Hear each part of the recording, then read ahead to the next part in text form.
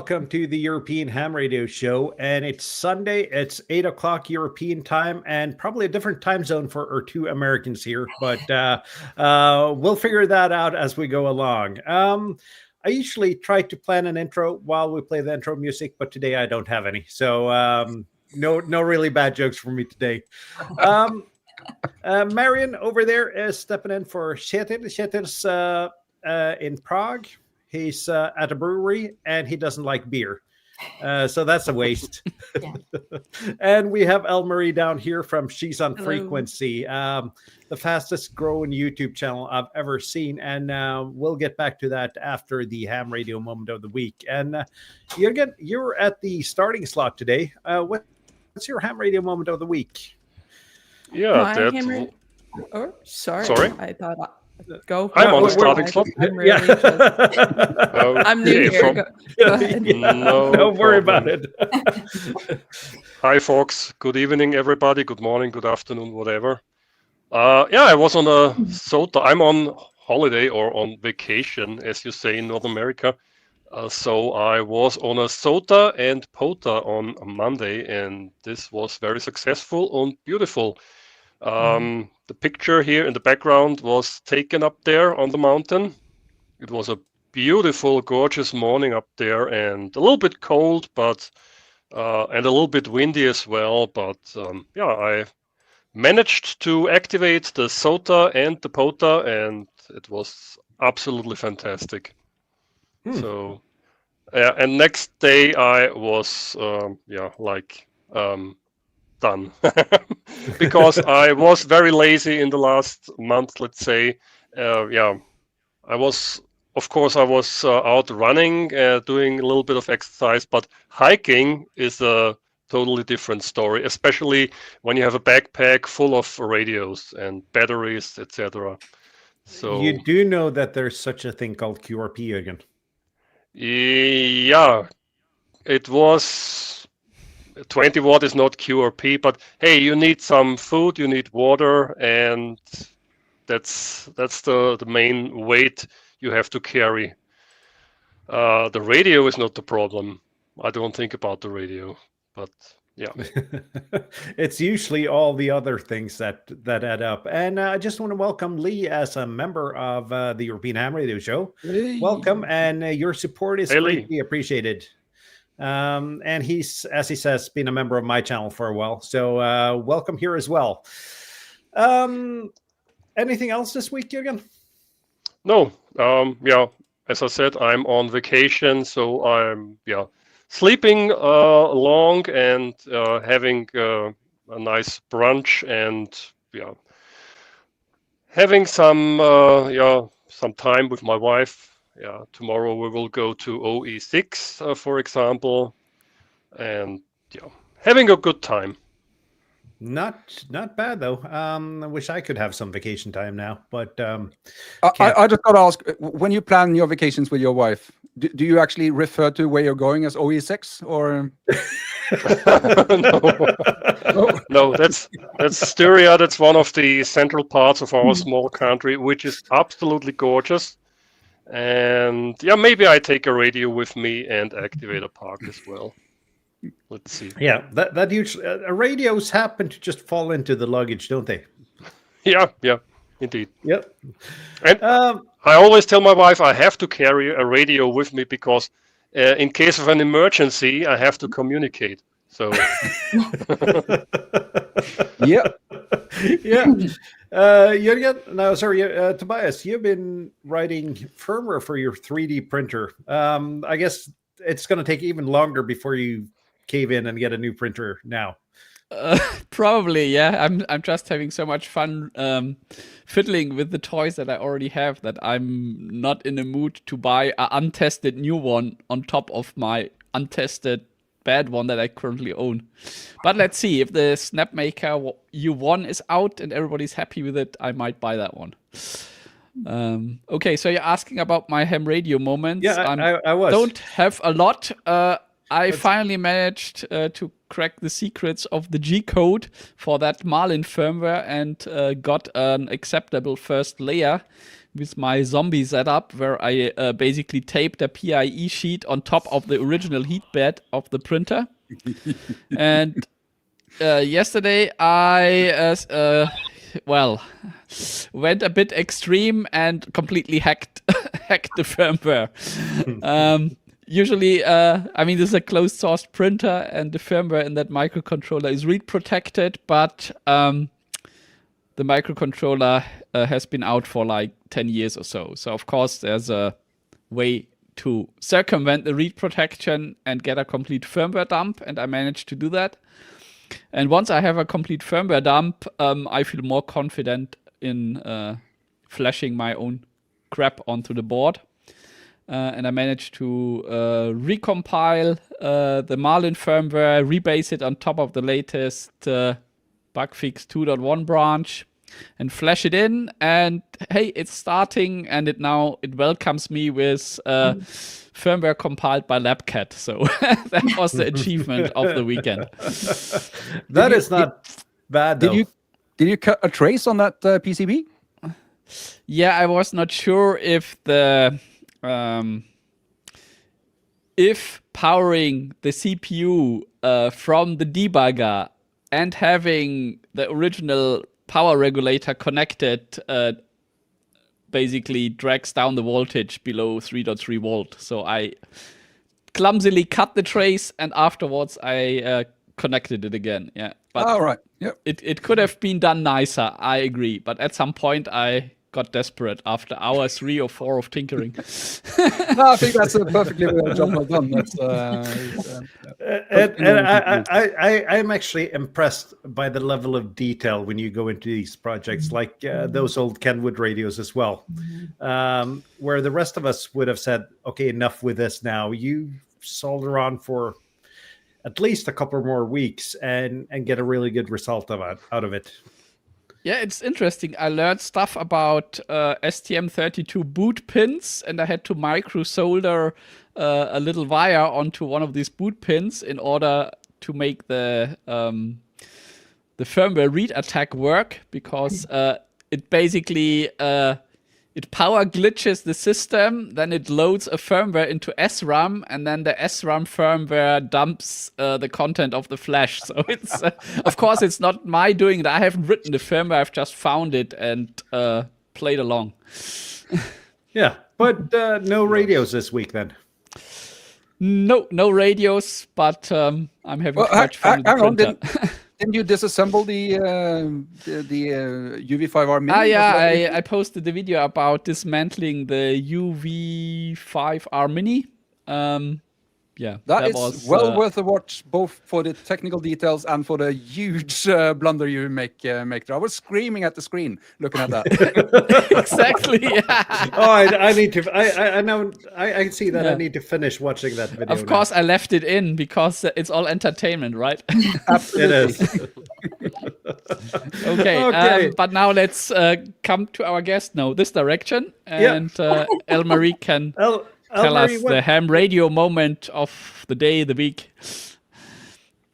Go ahead, Morten. Yeah, I was just going to say, go ahead with your ham radio moment of the week. I was actually going to see if I could try to hit the England area yesterday on 10 meters, but 10 meters was pretty much hit or miss as far as getting signals in. I heard a signal from Chile, but I was on the frequency and I put up my call sign, and I don't know, there's something wrong with my gear right now, or maybe I'm not at a high enough wattage. I was using the FT891, so the Yaesu, which goes up to about 100 watts, and I was watching my watt meter. I was hitting 100 watts, but I don't know if I got my call sign in that mix when I thought a QRZ was done, but that's okay. You don't get all of them. More successful ham radio moment of my week was when I went on a fox hunt with a couple of the club members here in North Texas. Had a great time. We spent about 3 hours looking for this fox, but it was a successful hunt, and we had a great time. I'm actually going to grab this little halo light here and like fix my lighting, because I just think this side of my face is just so, underexposed. So don't mind me while I adjust Yep. this real quick. But you said 10 meters though, because you are what's the lowest frequency class in the US? Technician, isn't it? Yes, so you're that's allowed right. to operate 10 meters is the only HF band you can operate on phone, isn't it? It's 10 meters and 6 meters, part Yep. of each. Because 10 meters is well, both of those bands are hit or miss bands, and it takes some practice to break a pile up. It can seem frustrating at first, but once you learn how to listen to the rhythm of the pile up and how the operator is doing his pile up, it'll become much easier. I don't think your power level is the issue here, because 100 watts is usually more than enough on 10 meters. Okay, that's good to know. Yeah, that should not be a problem. Just working a little anyway, large pile Elle-Marie should be doing the pile-ups, not trying to break the pile-ups. I just need to get out. That's probably much easier for her, right? So. I appreciate that. I think I just need to go and do a POTA, maybe do a small announcement prior to the day of, and see how that will go. That's been recommended to me. Just need to get out and go do that. Though I am studying for my general and should be taking the exam this Saturday. So that's kind of been my week. I had a fox hunt. Unsuccessful on 10 meters, but that's all right. I still had fun and been studying. Yeah, that's not half bad though. It's a learning process. This hobby is a learning process, and failure is a really good teacher. Absolutely. It can be for some people, not everyone, sadly, but yeah. So but that was you're trying to say that to the upcoming test. Yeah, we all have all the thumbs pressed for you for your big upgrade. Yeah, it's gonna be a whole new world for you. Oh yeah, I'm so excited. Yeah, and we're gonna get back to your ham story and your YouTube channel a little bit later. But Marion, what's your ham radio moment of the week? well, speaking of failure and learning, so Elle-Marie, I've been active since January of 2024. So I still feel fairly new to stuff. And I like playing in contests. I don't get in it to win it, but I like playing in them. And I've played in voice contests and FT8 contests, and I've been learning CW, and it's been 2 years now. And so Friday, I was going to make the big move. I've made some CW contacts with strangers, a big whopping 11. And I thought, okay, there's this contest. I want to give it a go. And I wouldn't call it a complete disaster, but it was just really overwhelming. And I was like, okay, I'm not ready for this prime time yet. But I was proud of myself that I was flustered. I walked away. I came back to it. I made 2 contacts. Have a sense of what I need to practice. But so I don't want to say that experience defined my week. This has been a crazy week. It's interesting that I'm here on YouTube. This has been such a radio social week for me. My club, which is really active, had 4 different events this week. And I'm the primary blogger. That's my kind of social media outlet. So a lot of write-ups about those. But it's I've heard somebody say recently that ham radio isn't my hobby, it's my lifestyle. And it's just really starting to feel like that. We meet for coffee every Wednesday. There's a couple of women that I hang out with. I call them my radio sisters. And we had the coffee day. We had our club meeting. I had a nice presentation on getting started on WinLink. Yesterday, we were at a First Responders Day. Kind of sparked by 9/11, right? We just had that anniversary. And so my club was a part of that, a 4-hour thing, talking to the community. And then today, we have what we call a weekend session where people can bring in things to get repaired, to get advice. Sometimes it's how do I set up a log, that sort of thing. So I raced back from that to get over here. So I don't know, my ham radio moment of the week is my club.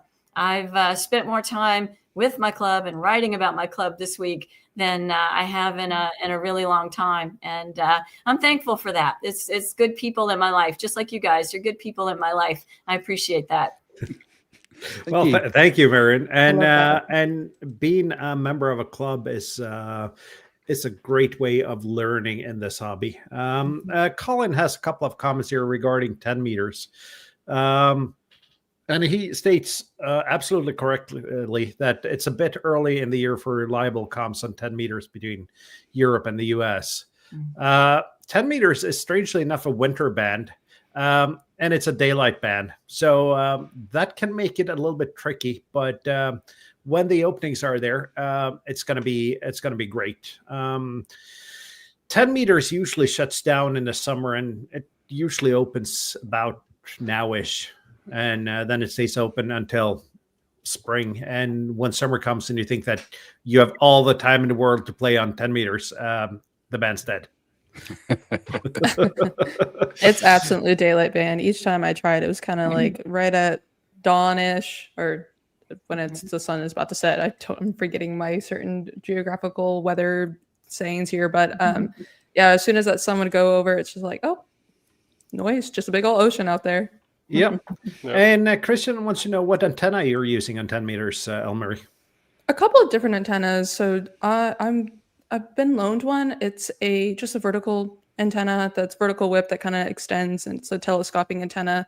And then I have a chameleon antenna. It's 60 feet long, and it has like the little onion. I think it's like the 5-to-1 impedance match, and it's 60 feet, and it's long antenna. Had that horizontally composed. And then I have an antenna from Alpha Antenna that I recently just acquired from them, and it's one of their it's called the Hex Antenna Deluxe. It's like sits on a tripod that has different configurations. One is vertical, the other is dipole, and there's a third. I think there's a way to configure it as a Yagi, but I just use the dipole configuration and make sure the antennas were tuned for 10 meters. Yeah, I think a dipole for 10 meters should be a really good antenna to start with. I know you disagree, Bob, but before you start arguing about that, what's your ham radio moment of the week? I'm not disagreeing. A dipole is a good antenna for 10 meters, which oftentimes it's hard to place it, at least temporarily, in a good position. And so a vertical is a lot easier. And if you move that, let's say 5 meters, or that would be 15 feet maybe about off the ground, and it's going to work just as well as the dipole. Yeah, if you have the time and the trees to place it properly, a dipole is an excellent Very good. That's kind of a requirement. But yeah, ham radio moments. That I've been doing some more antenna, let's call it research, so testing antennas for HTs. I tested some last week. Let's see if I can remember the designation. That's the RH771 as a diamond antenna. I was testing those, and I tested what I thought was a fake from AliExpress and what I thought was a genuine one. And none of them were any better than the stock antenna on the Vero VRN76. So I figured maybe they're both fake. That's why they don't work. So I took the time to actually order a known genuine antenna from Christek in Norway. And of course, he's pretty amazing. So that was here in 2 days. So I tested that as well. But it turns out they're not really impressive antennas, these RH771s. They're no better than the... I got one here, but I don't have my reading glasses. It might take a while to decode. 771, yeah? Yeah. Mine's called an NA771, but I think it's the same antenna. That's the Nagoya one then, probably. But, yeah. And basically, they're about 40 centimeters long. That's a third, maybe, thereabouts. I don't know how to say that in Imperial. But so it's basically twice as long as the built-in antenna on the, which I'm assuming is a fairly cheap antenna on the VRN76, but it doesn't do any better. So it's just a major annoyance having to lug that long antenna around and get it stuck in your eye all the time. So there's really no point in using it. And also reconfirming the excellent results with the RH, I think it's RH770. That's a telescopic antenna for 2 meter and 70 cents.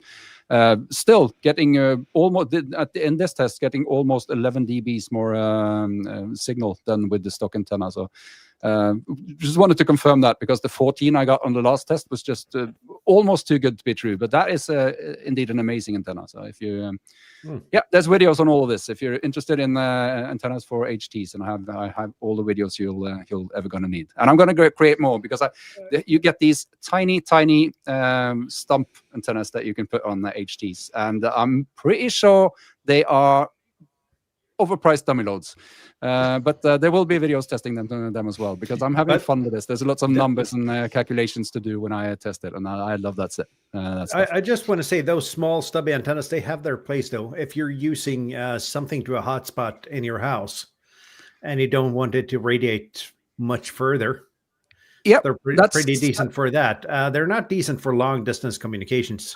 Nope, I don't think so either. So, but I'll try and characterize them and see how not useful they are for long distance communications. But yeah, that's another video, another week. It turns out this is not a really an extremely popular topic on YouTube. So maybe I'll do something else in the meantime. But yeah, that's what I've been doing radio-wise this week, at least.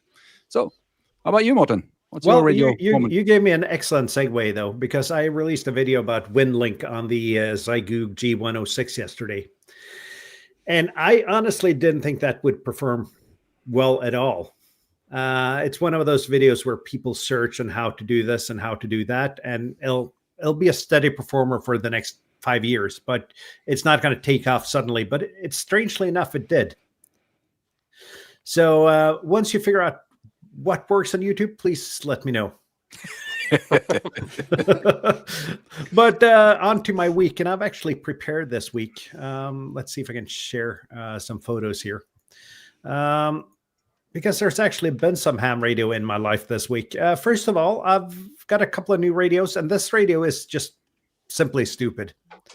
It's huge, and by huge I mean the size of a hammer. And with an Abri antenna, it gets even bigger. So I got this because it popped up on AliExpress, and AliExpress sponsored my channel. So I figured I'll take one as part of my sponsorship deal, just to see how ridiculous this thing is. Turns out that it's actually, and I'm not going to spoil too much because there's a video comment on it, but as far as you can see, it's relatively clean. It has good audio, naturally, because they've got room for a huge speaker in there. And it works. But we'll see once I'm done testing it, though. And then I got this. And this is a radio I've been wanting for a while. It's the RS918, which is a clone of the M0 NKA project, which is an open source radio. So it's ethically not really kosher, but they're all over the internet. And I borrowed one when I became a ham 5 years ago, and I really wanted to revisit this experience. But it's not a radio for new hams, because you got to start by calibrating this thing. Everything needs to be calibrated. It does not come in a workable state, and that took me 2 days. Last night I was about to give up on it. Just put it in a drawer, let it sit there for 6 months, and really didn't want to play with it at all. But I gave it another try this morning, got it up and running, got everything calibrated. And we talked on Friday, I think, Bob, about when running QRP, you shouldn't have a compromised antenna, you shouldn't have bad band conditions, and all that. You should at least optimize some of your things. So I went out with 5 watts and a ham stick on top of my car in terrible band conditions. The mic cable is really short, so I had to just jerry rig it where I could see the display, operate the radio, and actually sit comfortably. So I got to work on something with the mic cable. But turns out you can have fun with 5 watts. Worked all around Europe and 1 station in the US. So not too shabby, actually. So I'm actually happy with this radio, and it's got a built-in sound card, so you can do digimodes with just a USB cable. Of course, a mini USB cable, just to make sure. Anything newer would be too fancy for ham radio, but I managed to find one in a drawer, so I managed to get it up and running. And Christian says that it doesn't take weather conditions too well. Tested it in -2 Celsius and it kept keying on its own. So I wouldn't actually expect this radio to be a good performer, but it's within my set of expectations at the moment. So I'm happy with that. And I guess that's all the ham radio I've actually had time to do this week. Strangely enough, I got a daytime job as well and a family. So I've squeezed them in when I haven't done ham radio. But we're going to talk about a whole different subject today. And we're actually 5 minutes ahead of schedule because we only used 25 minutes for the ham radio moment of the week. Let's see if I can share my screen again because and I had 6 participants. Not bad. Not bad at all. We're getting better. Because this channel popped up on my YouTube stream a while ago. And I've never seen a channel grow this fast.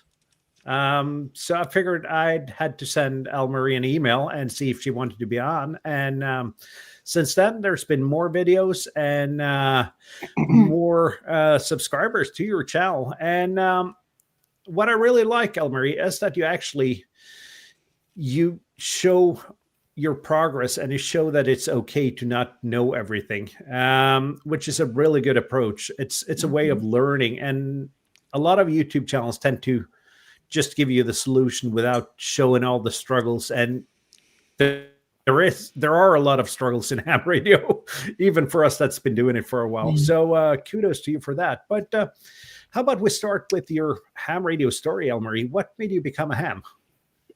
This is a great question. And I wish I had some, answer to where it's like, oh, I needed it. But I haven't needed to use ham radio. It was more of my husband was out with his buddies. They like to go hunting up a little small town in Avery, Texas, and they sit in these hunting blinds, and they're quite far apart. And where they're at, there's no cell service. So they were trying to figure out how do we communicate with each other when they were gone out in the woods. And they come back, and my husband, Sean, he tells me, hey, like, I might get my ham radio license. It's all about this. And you need a license. I'm like, is it like walkie-talkies? He's like, no, it's a little bit different. I'm like, okay, well, why don't I also get licensed? So I come from a engineering background, so tech and all things like electronically tech too, as well, is an interest of mine. I'm like, okay, why wouldn't I like allow myself this privilege to operate radio? Like, why would I limit myself from this type of communication? So I started studying, didn't quite finish. So I started studying, got about like 70% of the way, then life happened and didn't quite finish. I told my dad about it in the meantime, and my dad gets licensed before me and my husband. I'm like, what the heck? He's like driving around with his call sign plate, and this is a year later, and my dad is just like, like, I got my license, and why haven't you? And I'm like, okay. My dad, he got his electrical engineering degree, so we're like electronics and all things tech is just an interest in our family. And so he's flashing that. I'm like, okay, it's time. I need to get this done. I started this. I got 70% of the way in. I was using ham radio prep and started back up. And another push for me, I studied for about a week and then got my license because I was looking at the exam schedules and I was about to leave for Colorado for a month. I'm like, okay, this is my only time until I'm gone for a month before I can retake. So I studied really hard, took as many practice tests I could throughout that week, and got licensed and quickly installed my mobile rig, and off to Colorado I go. And so I was like, I need to get my license. I need to get a radio before I'm gone for a month. But that's how I got licensed and why, I guess. Like I said, it's not like a I've heard people talk about like, oh, they've been in weather storms where they weren't able to communicate with families. And I think that's a valid and noble reason to get your license, and a very important one. And now I'm really glad that if something were to happen with the grid again, like in Texas, there was this massive flood down in Houston, power grids went down, the freeze came in, some of the power grids went down, families weren't able to contact with each other. And now that I have this capability, like it's more of a self-assurance now. I'm like, okay, I'm really also glad that I got this. So it's basically a technological interest that made you become a ham then. And, Absolutely. And to get back at your dad as well, I think. Yes. I was like, I wanted my plate. I wanted my radio operator plate. You know, I think that's just very good parenting. If he managed to push you into actually getting the license, that's just good parenting, I think. Yeah. He's like, come on, why aren't you? How are you coming along with your son, Bob? Any chance he'll be a ham radio operator? Well, there is a chance, but that's not going to happen anytime soon, I guess. He's stuck glued to his computer playing computer games, which he's really good at. But yeah, very little radio interest, sadly. I got to ask, Elle-Marie, what do you do for work?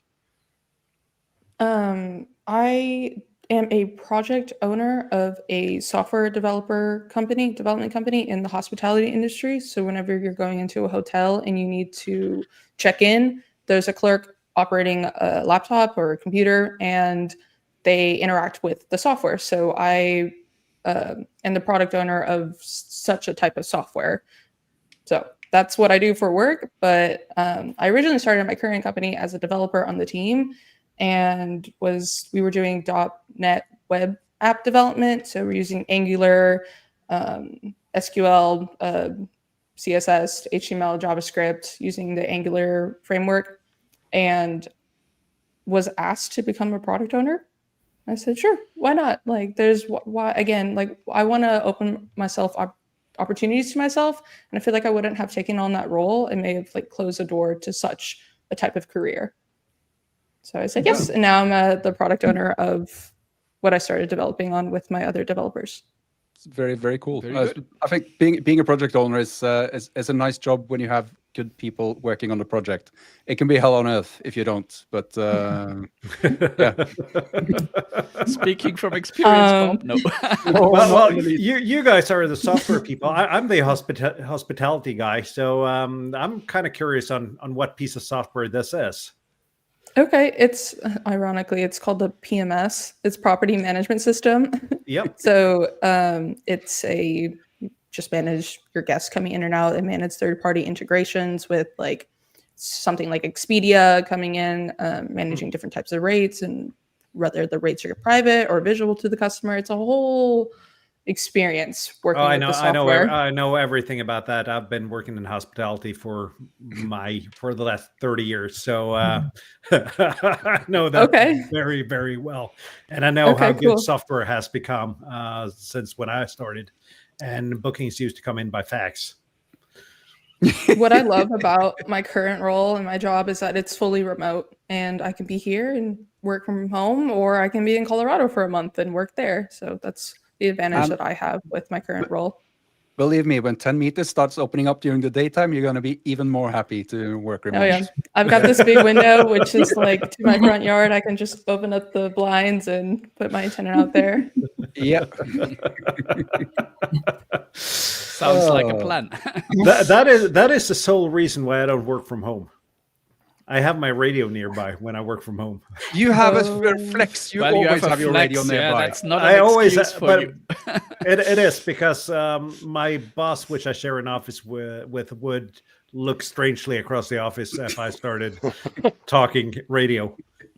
Oh, but I think I've seen you on FT8 from your office, though. Oh, that has happened. Yes. I think that so has CW might like be an option, Morten, right? oh, absolutely. So, but what made you start a YouTube channel, Elle-Marie? Yeah, so when I got my radio, I got it from HRO here in Plano. Love the manager there named Bentley. I walked in and I said, I need a radio. I'm about to leave in like less than a week. What do I need? I don't know anything about radios. I don't know what Yaesu is. I don't know what Kenwood is. I don't know what ICOM is. I'm just said I need a mobile rig. And so he's like, oh yeah, let's go. And we go to the back, and there's all the radios like on the Cha-ching. shelves. And he's like telling me specs. I'm like, I just got my tech. I don't know like what is going to be really what I need, but that's not necessarily going to break the bank.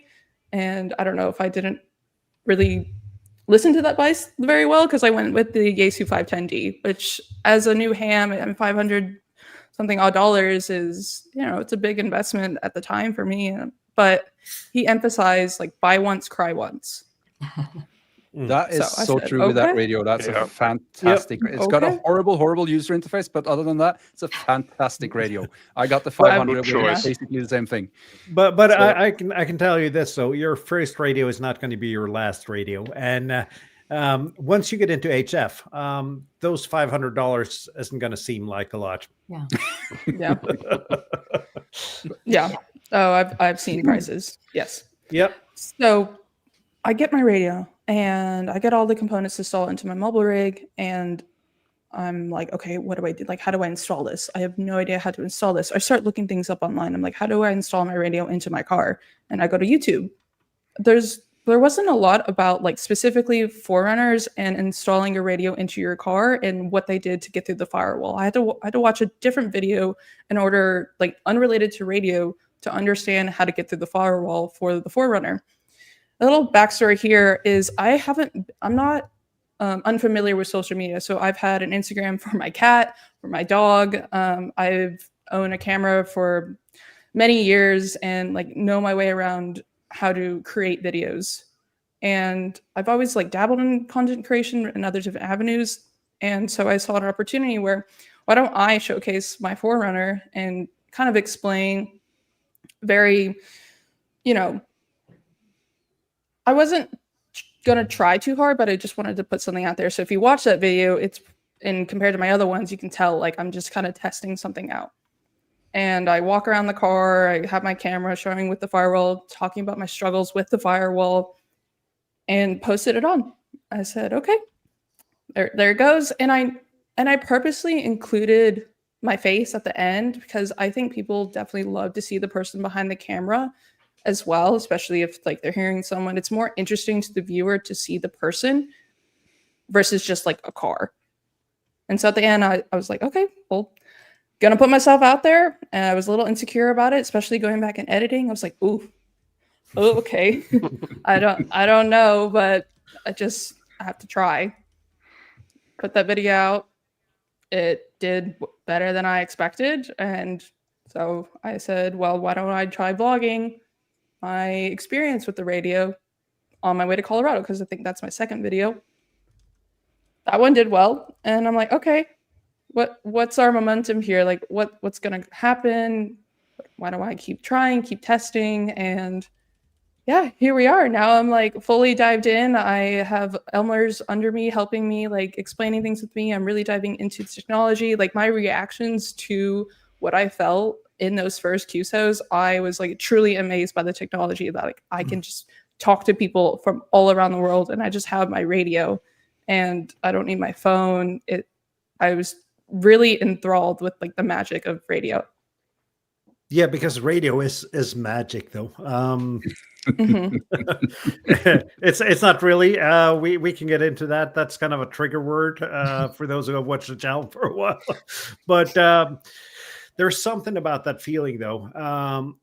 When you make a contact across the world on a wire in your backyard or from your car or from where there's no infrastructure in between. And that feeling is indescribable if you haven't experienced it, I think. Yeah, I was like amazed that I could just be at a moment's notice, be talking to someone halfway across the world and not, you know, require a self-service, a cell plan, or like the plan to talk to people internationally, like from your phone, which I think are sometimes required with some certain cell providers. And the fact that I can just buy a radio, put a wire up, and talk to people all around the world is just super cool. Yeah. The first QSOs are something you're always going to remember, I think.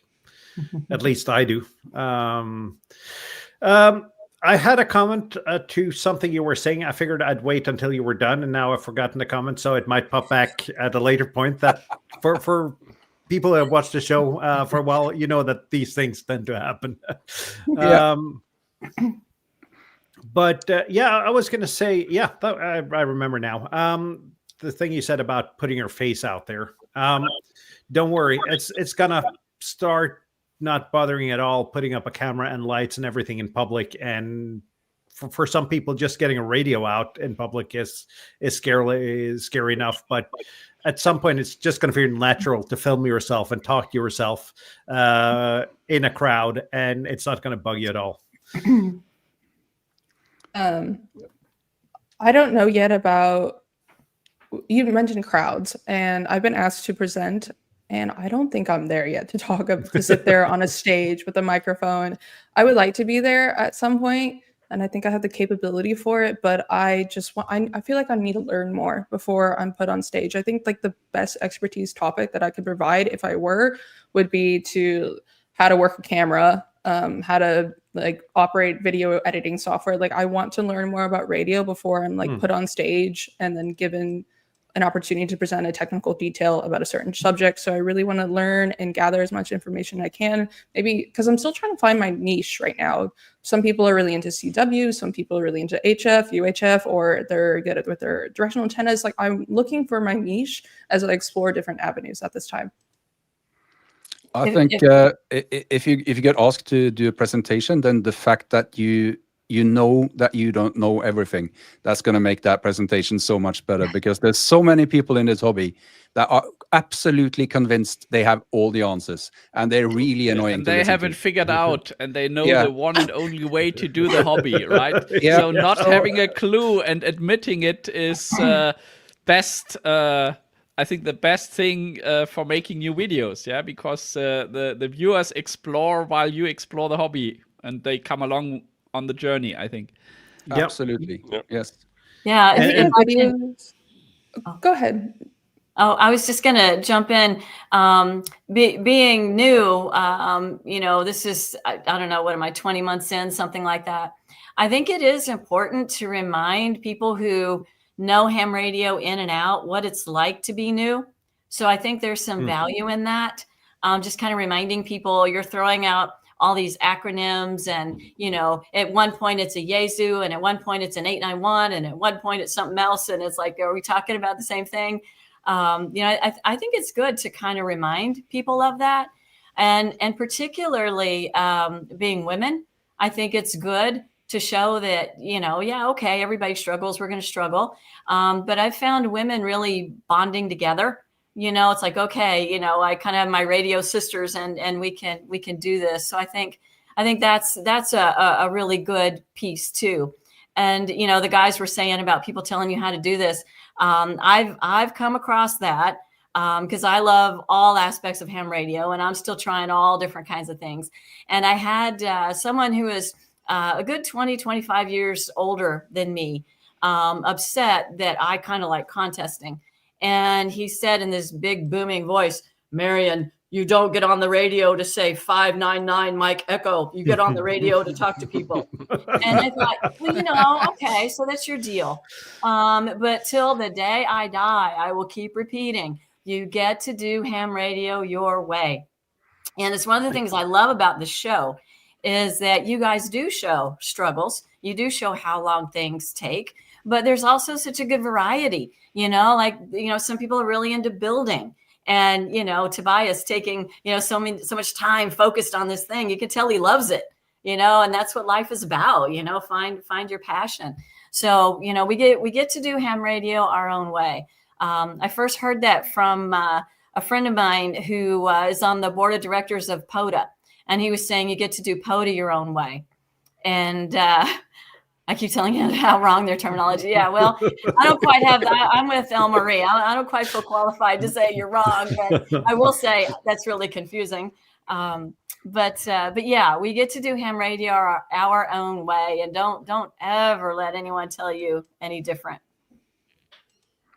Yeah, and I think think George over at Ham Radio Workbench says as well. He says that your ham radio might not be my ham radio, but it's still ham radio, and that is a really good quote. And I use that whenever people tell me that what I'm doing is not ham radio. And usually that's if there's a tiny bit of a computer involved, that's not ham radio.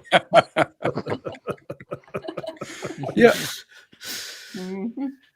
And So, we actually did a talk about this, Bob and Jürgen, at the Norwegian Ham meeting in February about how to not be that guy. And I think you did the talk. I was sitting in the audience being that guy. But yeah, you were pretty much. but there are a lot of sad hams out there, and don't let them get to you. No.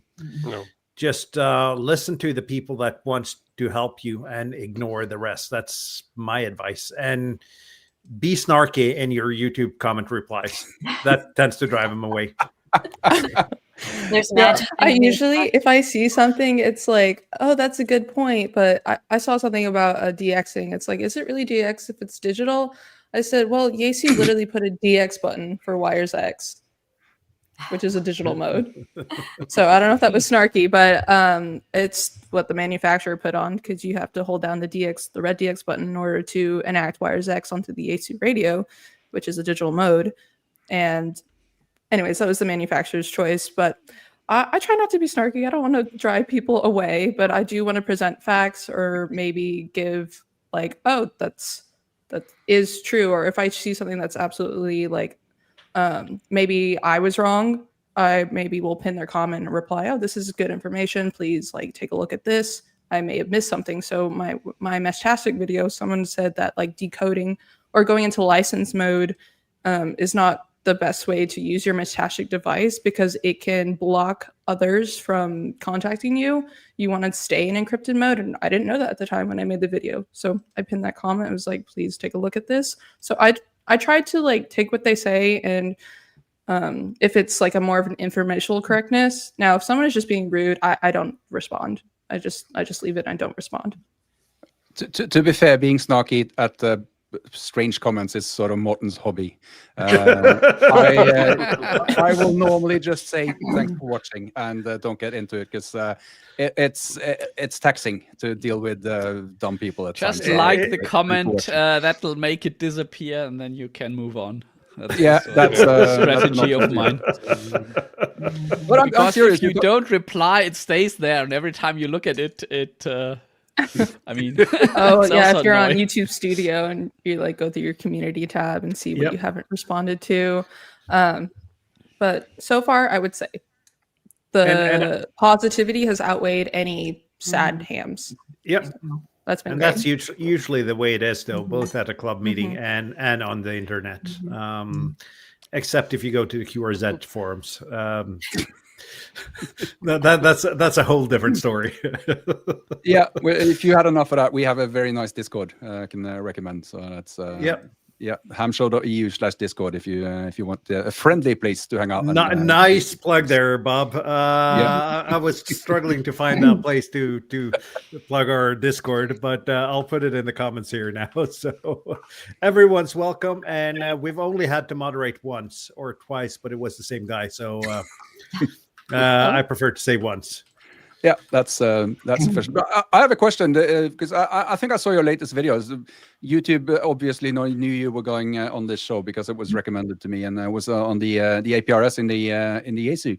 Have you done any digital modes on HF, or is it just APRS and Fusion? No digital modes on HF yet.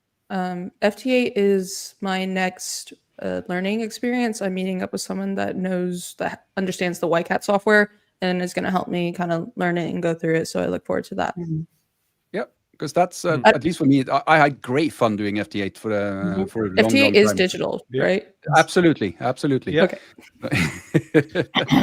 And you're allowed with your license class, even you're allowed to FT8 on 10 meters, yeah?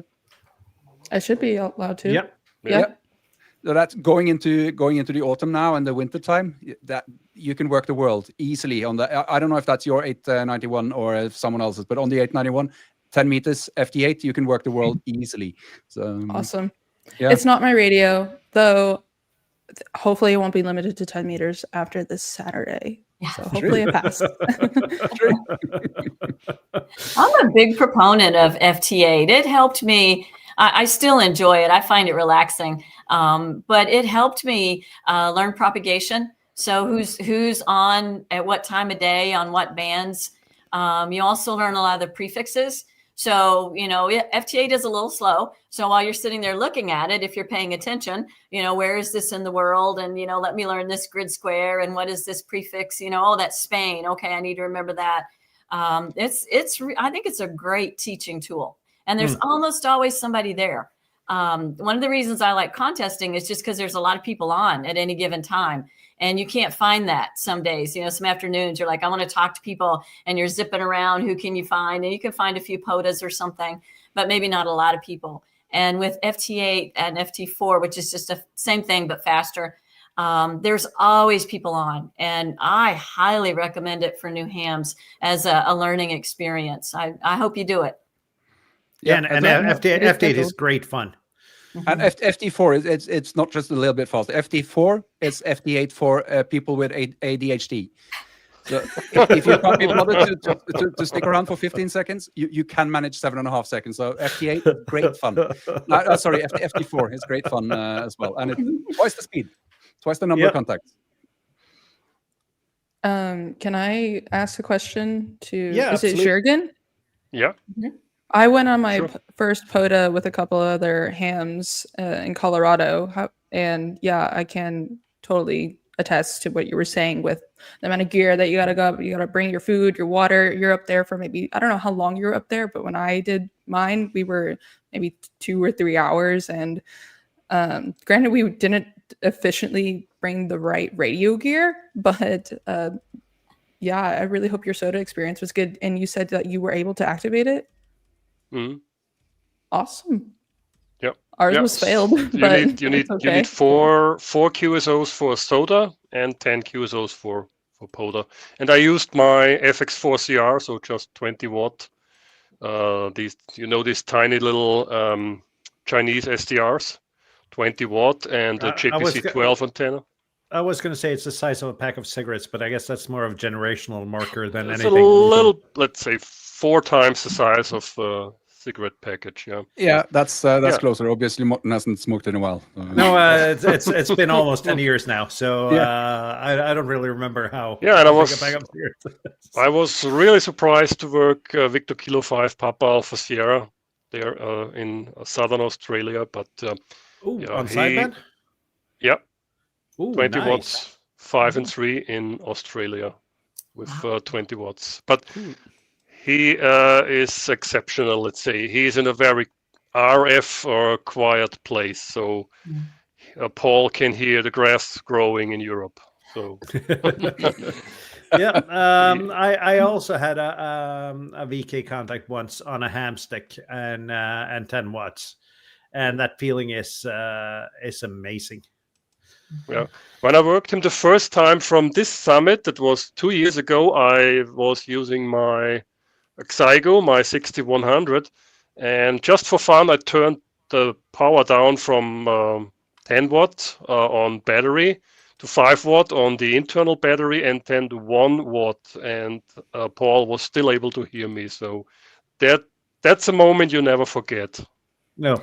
That's actually a cool thing you can do, because once you made the contact, once you know who's there, just turning down your power click by click, you can often go down to 1 watt or half a watt, and you still can actually speak to people. That's a very cool thing to try on a good connection. Yeah, and vice versa. For example, if I worked Sean W9 Fox out in a park, and he turned the power down to I think 5 watts or so, and I still was able to hear him and talk to him, and that was amazing. And that was on one of his live streams. So so you just need the 1 kilowatt at the start to break the pile up. Yeah, indeed. And afterwards, you can to heat up the ionosphere. Have a better reflection. Turn down to 1 watt and do the. I got battery T2 UPD on. Sorry, go ahead, Tobias. That's okay. I was just making. Yeah, I got K2 UPD on 5 watts today on a ham stick. And I usually always get Steve VE1 SK also, no matter how little power I run. So it's all 20 meters, Jürgen and Morten, or? That depends. That was my QSO with Paul was on 20 meters in the morning. My biggest DX contacts on or portable has usually been on 17 meters. It's a less crowded band and it helps a lot. They call it the gentleman's band. Yeah. Yeah. I should join and do something about that. 17 was my favorite band. Okay. So and I worked California on 15 today, but it was a contest going on, so I bet it was a contest station with huge Yagis and everything, but it still felt good. Isn't it amazing how sometimes you just have that chance opening that you really didn't expect? I've done POTAs where just struggling to hear people, and suddenly somebody will come out just like they're sitting right next to me, and you have that one little pipeline. And I always find that you talk about the magic. I always find that magical when everything is just right, and you know it's just that person is crystal clear all of a sudden. And I just find that amazing. When I'm home at Gray Line, I always listen for US POTA stations. And sometimes it's really, really hard to hear them. And then I have to wait 5 minutes, 10 minutes, 10. Maybe they come out of the noise and then I work them. And they are surprised. Huh? You can hear me? Why not? But you need some patience, of course. Yep. And you of course, has a little bit more than average setup with an amplifier and a beam, Jürgen. Yeah. But just a usually I have that pipeline to you, Jürgen, when I'm on a POTA. Yeah, that's the perfect skip distance between us. So you talked about FT8, Elle-Marie. Just we're reaching the top of the hour here. Any other plans in ham radio? Any other topics you look to explore? Wow, I'm all over the place right now. So many things rambling. FT8, I'm going to list them off. FT8, POTA, Texas QSO party. I want to do a SOTA in October when I hopefully go to Colorado again for the fall and study for my extra. So those are kind of like my big things with my upcoming ideas with what I want to do in the ham radio space. And then in the meantime, just hang out with the club and go on fox hunts, enjoy good meals together, make YouTube videos about different things that I discover in ham radio. But the most immediate, I would say, is get my general and hopefully do some fun stuff with the Texas QSO party coming up this next weekend. Very cool. So hopefully you'll get your general by the time of the Texas QSO party then. Yes. That's the plan. That's it'll be like the /AG, right? Is that what it is? Okay. You have to answer that, Marion. Yeah, it is. Yeah. Okay. So hopefully this weekend I'll be operating under that. They are so much fun. I love QSO parties and the North American QSO party as well, as people are so much more relaxed and they won't chat a lot, but you might get a sentence or two out of someone. And everybody's comfortable. It's a comfortable pace. I think you'll really enjoy it. Yeah. Also, something just went off of my brain is planning to attend my first Hamfest in October as well. October 11th, there's a little town in Oklahoma called Ardmore, Oklahoma, not Texas, and about an hour where I live, and hope to attend my first Hamfest. I don't know if anyone's here been to one. I'm sure many of you have been to one, but look forward to that as my first Hamfest. Yeah, Hamfest, they're great places to meet people and share experiences and buy stuff you didn't know you wanted and absolutely don't need. There's that. Separating you from your money. That's an excellent function of I even though I bring stuff to sell, I rarely make a profit at a Hamfest. Yeah. I think on your Hamfest, Morten, I brought a what was the Kenwood something 700. The to sell. D700, yeah. Yeah, and I didn't manage to part with it, and I ended up buying another one. So that's pretty scary. But Hamfests are they're Come great to fun. sell a radio and come back home with twice the same radio. Oh, that's that's a new one. but that makes good YouTube content, though. Yeah. Elle-Marie, 45 Auto says to ping us all on the Discord servers when you get your general. And Absolutely. I guess that's an excuse for you to join our Discord. Oh, yeah, I'm joining if I'm not already. I don't think I am, Cool. so that's bad. Shame on me, but I need to join. It's a great place. Yeah, Andy says that Hamfests are time to meet people, and you meet so many people, and especially as a YouTuber, people tend to come up to talk to you. At least that's my experience. Yeah. Again, this community with like doing more YouTube and continuing to create, like this community has been outstanding and wonderful to be a part of, and everyone's pretty helpful and really is very encouraging. So it's really great community to be in. Mhm. And I'm shocked with the amount of community that there is. And you know, as a normie, I'm going to call myself a normie before I got my ham radio license. And, you know, it's just like, what is now this? it's I'm too pretty late. sure it's not like a big hobby, but no, I was shocked, and I've been loving it. Yeah, it's a fantastic hobby. And let's see. So we're gonna follow your journey, and I hope to see a lot more videos from you and a lot more content. And it's going to be great to see you get on HF and experience that. Thank you for being on, Elle-Marie. Thank you for having me. The viewers don't know, but apologies for the possible delay, but we made it. we just said backstage that it can't be as bad as the show where the guest didn't turn up. So we've had that. So Yeah, but that was a time That zone wasn't problem, me. or wasn't it? I don't know. I don't know what the problem is, but we're not going to dive too deep into that. If you want to watch through all of our shows to figure out who didn't show up, you can do that. And otherwise, we won't say more about that. Let's see. We'll be back next week with the ham radio quiz, which we did about a year ago, I think. And strangely enough, we have no questions prepared. So send us a private message on Discord with your favorite question, and we'll add it to the quiz. And the quiz will also be like last time on Discord, and relatively chaotic, but we'll make it work. Yeah, and I have to remember the login for that quiz bot we used last year. It's somewhere in the password safe, I hope. Yeah. Otherwise, we'll have to find a new bot. Yep. So we'll see you. We'll see you guys next week. Enjoy your week, and 7-3 all. 7-3. 73. Bye. 73s. Bye.